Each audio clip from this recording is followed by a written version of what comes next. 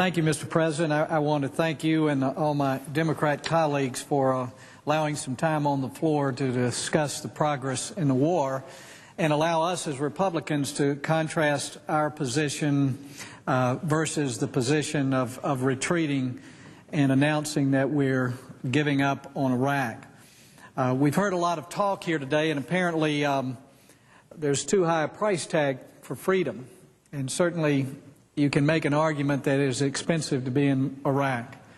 Just as other wars have been expensive and deadly to our country, of World War II, the importance of that war could never be underestimated. The price on it could not be estimated. The fact that we need to fight wars and to show our strength as a nation has been proven time and time again, and I'm worried that the Senate is not united in the need to show strength against the war on terror. Last year, this time, my Democrat colleagues had said that this war in Iraq was lost, and implicitly the war against terror, since that is the front lines today on the battle against terror, is in Iraq. It was announced here on the Senate floor that the war was lost, that we were in a hopeless civil war in Iraq. And since then, we've had about 40 votes, different variation of votes to cut funding, to withdraw, to retreat, sending a terrible signal to our troops and our enemies that we lack the resolve that was necessary to win this war. Whether we call it running or retreating or giving up, just saying America can't win, all of those words and ideas emanated from the Senate floor from the majority side in the past year. Many even voted against the funds to surge the troops that have proven to be such a success over the last several months. Some of the funding, as late as the end of last year, was held hostage to gross earmarks that were unnecessary in a time of war. And how can we talk about the war against terror being so expensive when we held those funds hostage to other things that were certainly not a high priority? I'm afraid my Democrat colleagues, at least many of them, and I know this isn't true for all of them, but too many clearly do not understand the threat of terrorism in our world today and what that means to our country and our freedom. And too many have forgotten the importance of a strong military and how that results in peace around the world when nations respect the power of the United States of America.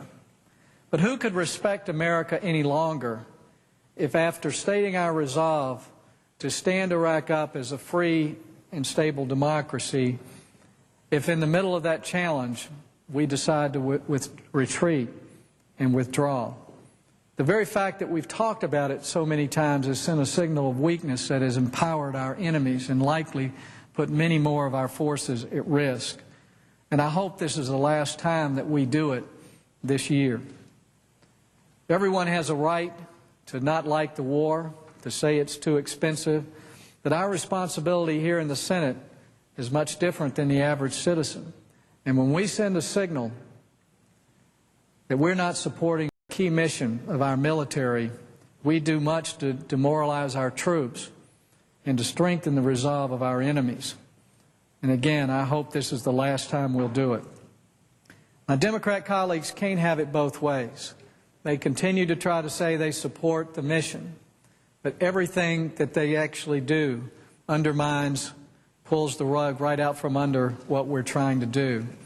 A lot of empty rhetoric, but in the last week we've seen from the Democrats on the House side a key essential part of our intelligence system is being threatened because we won't give the administration the approval to use our technology to intercept messages from terrorists who might be planning to attack us or our interests around the world. I just returned from Iraq a couple of weeks ago. It's my third trip, and I saw a marked difference from anything I'd ever seen before. The statistics have been talked about here on the floor of the Senate. The monthly attacks have decreased 60% since June of last year. Civilian deaths are down over 75% in the last year. Al-Qaeda in Iraq remains a threat, but their power and ability to do damage have been greatly diminished. I'd like to talk a little bit about the trip. I joined Senator Ensign and Senator Tom Coburn on this trip, along with some staff that went with us. And once we landed in Baghdad, we took a helicopter to a small community about 30 miles south of Baghdad. This was a community that was controlled and terrorized by Al-Qaeda up until about 3 months ago. You wouldn't even go down Main Street in an armored vehicle, we were told by our troops there. Yet we landed at an American outpost there, soldiers who were living in that community, a couple of blocks from the Iraqi Army outpost who were living in the community, and we walked out of our outpost onto the main street and talked to the citizens who had opened their markets back up, talked to the Iraqi soldiers, and talked to the citizens who were helping to patrol the area. Now, this picture here is, I'm talking with one of the local sheikhs, Sheikh Ali, who told us that Al-Qaeda, only a few months before, had dragged his father in front of him and shot him and killed him. Next to him is an Iraqi soldier who we've helped to train. They're as sharp as any soldier you would expect to see, and this community is well protected. Colonel Farrell, who is in charge of the outpost, who took us down the main street, was giving us a briefing, and we were talking to the sheikh as well as the Iraqi soldiers about, and they were proud to tell us what was happening there. And the sheikhs and the local tribes are the key, working with the American surge, to have freed much of Iraq in the last 6 months.